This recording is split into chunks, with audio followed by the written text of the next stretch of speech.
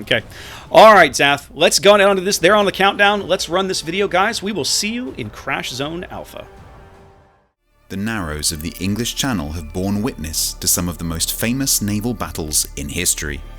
Now the storied cliffs of Dover provide the inspiration and backdrop for a naval clash of epic proportions.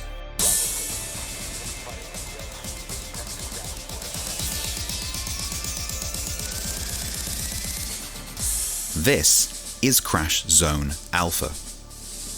Crash Zone Alpha is a 42 by 42 kilometer domination style map with 3 cap points running in a line from southwest to northeast. The A cap is in the bottom left, B is in the center, and C is in the top right. In the center and southwest, both A and B caps provide a little cover for radar cruisers looking to support friendly destroyers as they vie for control of each cap. The islands that hug the borders of these 2 capture zones are tall enough to block most shells and close enough that their radar envelopes will cover their respective capture areas. To the northeast, Capture Area C is a much riskier play for cruisers. The islands here are smaller and further back from the capture zone, providing better access for destroyers. Battleships seeking better firing angles on enemies further south are likely to find what they're looking for, but pushing too far, too quickly, can be a very risky play. 18 ships, 2 teams, 1 victor. It's time to play Crash Zone Alpha.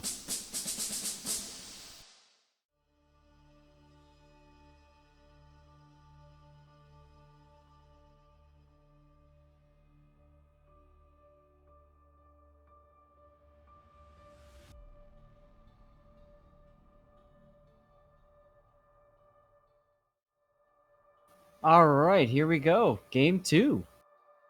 Yes, indeed. Zath, talk to me about 07's lineup. I'm excited, dude. First of all, Polecat in a destroyer. This is what we were hoping for last game, right? All is right with the world. That's right. All is right with the world. Expect to see some just ridiculous plays made by him this game. We've got Pizza in the Daring. We got Shimakaze. We've got Hindenburg, Whoop, whoop. Triple Des Moines, and Double Montana. Blessed be BFK. All right. Looking over the FIM lineup, Ohio Kremlin, saw that last game, Des Moines Salem. Yep, Minotaur. Oh, yeah, Zath.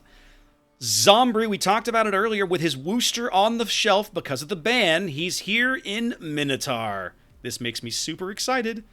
Double Summers, Smolensk, and Shimakaze. Both teams again sticking with Triple Destroyer. You better believe that he's running a Minotaur build. Yeah. I guarantee you Zombie is a Minotaur. And there you see them playing him very similar to the way we saw Buenos Noches play their Minotaur on the same map from the other side. He's here teamed up with a Destroyer. I guarantee you he's radar, and he's here to make sure that whoever these guys send to B early pays the iron price.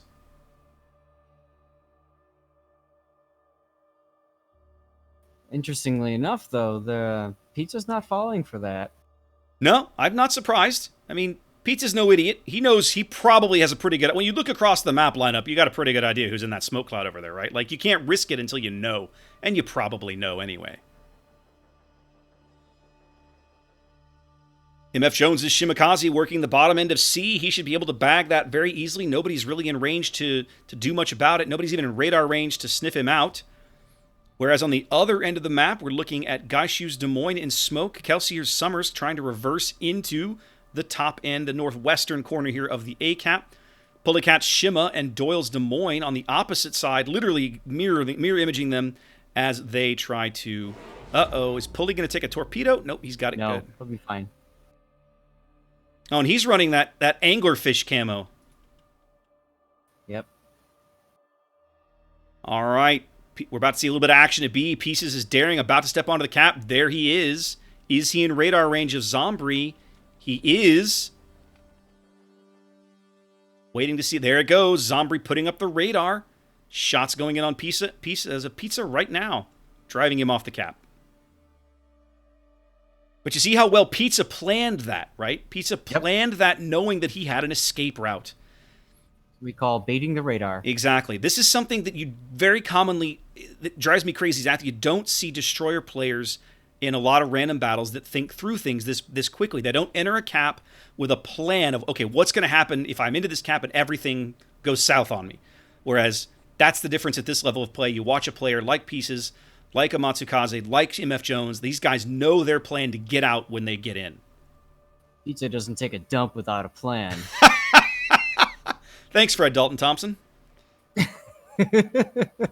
Ooh, they do get a reset on Pieces. A couple of Ohio shells clapping him on the stern there. A little bit of damage. I wonder if Pizza has his Hydro up. Zombie put some single fire torps out there. I see him changing his engines around. He must have his Hydro up. Yeah, he's going to dodge those. So it does look like as if they will counter grab B here. A is a stalemate. Pulley on the south end. And that's Kelsier 3's Summers on the north end. Yep, there he is. And C also a stalemate. So right now, Zath, nobody's going nowhere. Yeah, wake me up when something happens. Seriously, that's kind of where you're at right now. And take a nap. Even William the Danks Montana, look at this, Zath. Look at him on the eye line. He's reversing towards the cap. And firing HE. He takes an HE salvo at Kelsier 1's Ohio.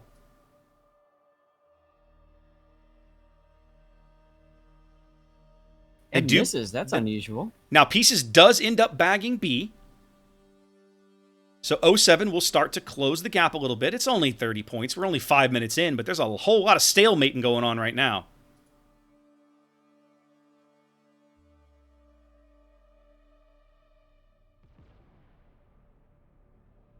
Looks as if maybe... We'll look at detecting Kelsier here. Yep, Pulley's got Kelsier lit. Face spotted here as he reverses into the cap. Enough to get some shells on... Spot. Yes. Close enough. Enough to get some shells on Kelsier and push him off the cap circle. Now, it's worth noting the difference in concealment is like 200 meters. It's not much. It's not much at all. Doyle paying... That's how you can bump someone out with a Shima. Yep. Doyle paying the price for moving up and getting those shots, though. He takes an Ohio salvo that takes about a third of his health away. Just a flesh wound. Zombie bringing in another radar on the B cap as he catches pieces of Pizza's daring running out of the southeastern edge.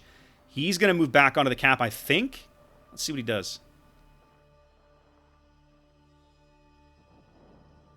We got to wait to be unspotted Jones there. Getting into a little bit of a spat here with Amatsukaze. Indeed, Jones is about half HP. He's actually in terms of percentage, he's the lowest ship on the board. Did he take a torpedo somewhere, you think? No, I think he's just been shot at. I think the two destroyers detected each other. Amatsukaze did not smoke up. MF Jones did. Zombie gets back into V very briefly, but he can't stay there because Pieces will move up and detect him and give his team shots to drive him out anyway.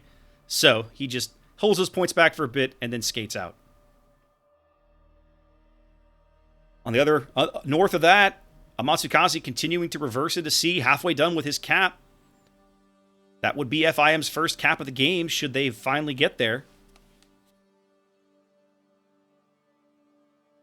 Now down at A, Gaishu's Des Moines has taken up an interesting position. He's slowly worked his way down this island chain, trying to come around where he's basically going to have shots into the cap on Pulleycat. Right. He does have his radar up right now. They can see Pulley. No, they don't. How do they not see Pulley? He's out of range. He's about a half kilometer out of range.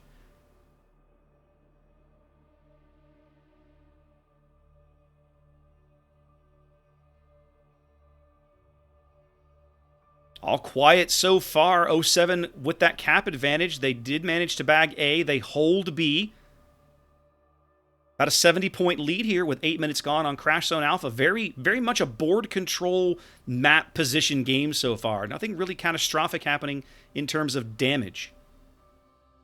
Yeah, I mean, no team wants to be that first ship to make that oopsie. Now, they're pulling a Matsukaze off of C completely. Jones is back onto C. Is he in radar range of the Salem? He is not. So it looks as if 07's going to pick up C. No? Okay, they turned Matsukaze around. They pulled him way back off the cap, though. I wonder why.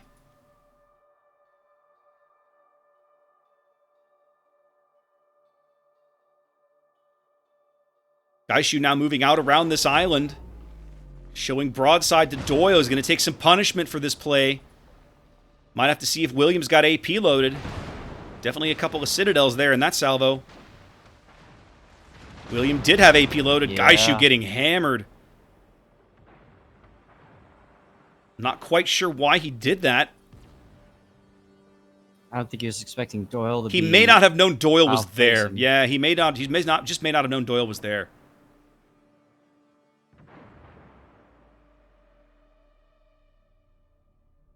Now moving up a little bit, that drove Pulleycat back off the cap. It looks like they moved Zombri's Minotaur over to the top end of A. Zombri might have radared and pushed Pulley out. But it is allowing Kelsier 3 to get up here and cap. As they're trying to get Gaishu off the board here as he runs for the map edge. Down under 8K with more Montana shells still falling. I don't know the Gaishu. No. Gaishu at this point is thrown in the towel. He's going to work the map line, but he's not going to go dark. He's just going to keep firing. Here comes the dank salvo. Indeed. FIM surrendering first blood to 07 here, as 07 now moves out to nearly a 300-point lead at the halfway mark of the match. Look at Kelsier's position in the Ohio. Really kind of getting aggressive here. Indeed. I think maybe It's a FIM little late, feeling a little bit like they've got to make something happen. It's hard to disagree with them at this point. I think Kelsier was trying to get in a position to support his teammate when Gaishu was under attack. It just took too long to get there. Yeah, it definitely did. I think maybe there might have been some miscommunication there, or like we said, maybe Gaishu just wasn't aware that Doyle had kind of moved up that far, but he was playing earlier like he knew exactly where Doyle was. Mm-hmm. Jones now spotted somehow in smoke up here at C. Might have been, you know what? I think he actually got just got hard lit and then smoked and ran. Yeah. I think he and Amatsu ran into each other. Yeah, I and think they've been doing that all match. I've been doing a little bit of that all game. Kelsier's Ohio parked in the B cap, holding down those points gains, as now FIM becomes the only team to start moving up the points total, but it's getting Kelsier focused off the board.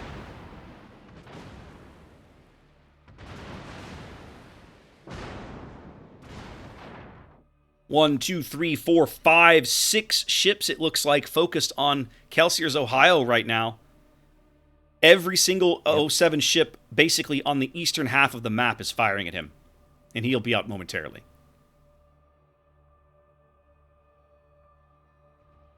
There he goes. Zombri radaring Pulleycat down at A. They've got Pulley lit again. As Doyle's reversing. Presumably he's taking HE shots at Kelsier. I'm a little surprised he's not taking AP shots at the broadside Minotaur, but he's not at the moment.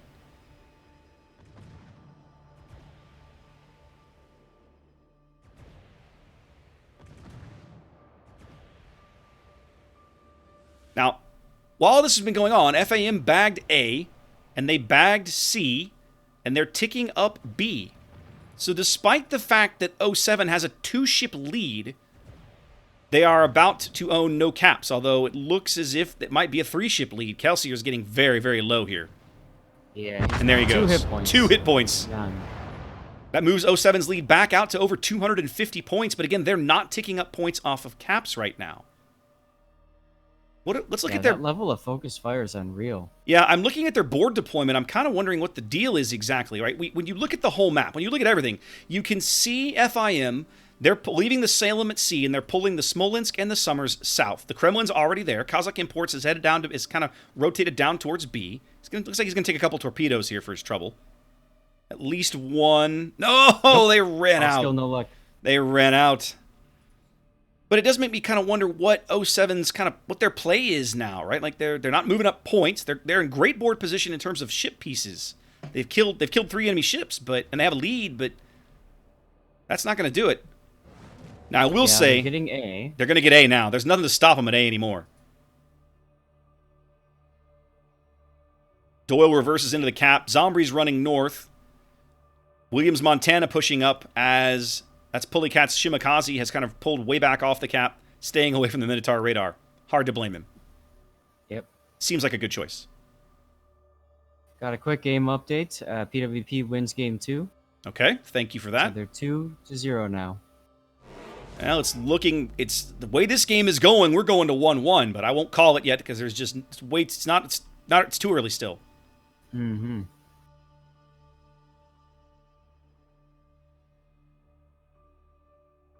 Looks like 07 is kind of reorienting, like they're going to try and kind of get back towards now that they've got they've got the bottom end of the board locked up.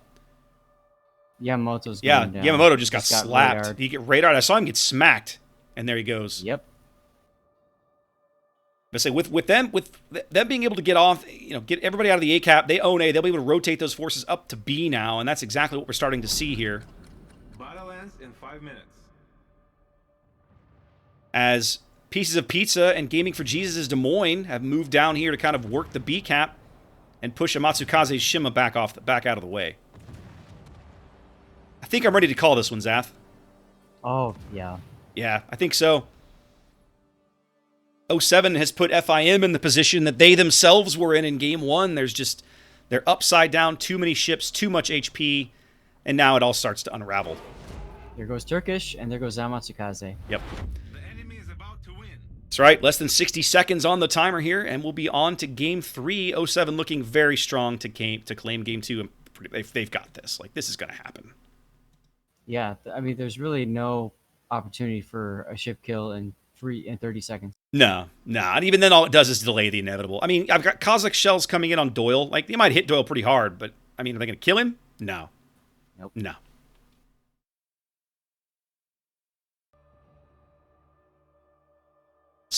Really solid game from 07, just maximizing that board control, pushing the pressure points, and claiming a win. Yep.